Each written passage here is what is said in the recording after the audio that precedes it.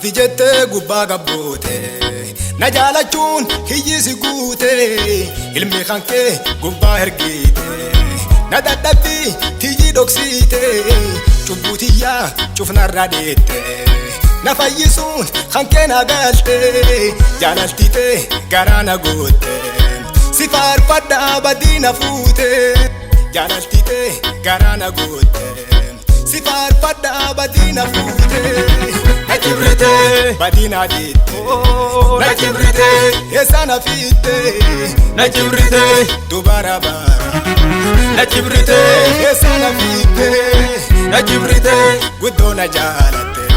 Natti Cibrite na mararfatte.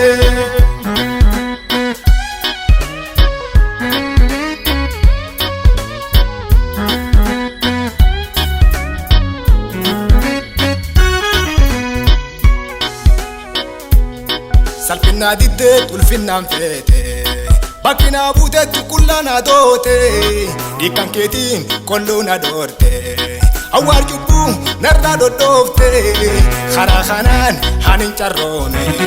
waan jajjabduu atin na goote na gumeessite hanin hiyyoomne buchee gonoftee na duroomsite Natti Cibrite duubaa na fuute Natti Cibrite dur na marsite Natti Cibrite jireen dullaacha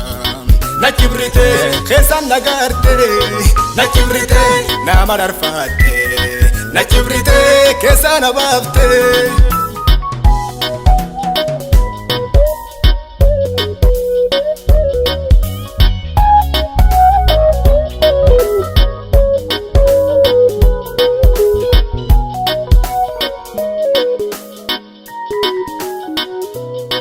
Ana fuute guyyaa handaare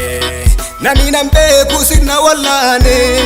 Natti Cibrite gaddi na didde tante jaalalti guddoo na dhiibde ofii doote lubbuun na biitte hangoo duwaa narraaf hin diidde marrootiyyaa hadhooftu dootte hannoo baate narraa xumurte Natti Cibrite ofii na yaadde Natti Cibrite bichoon dhaanamte Natti Cibrite ofiin kusaanne Natti Cibrite hannoo rarraate Natti Cibrite lubbu deete Natti Cibrite jiruun na feete.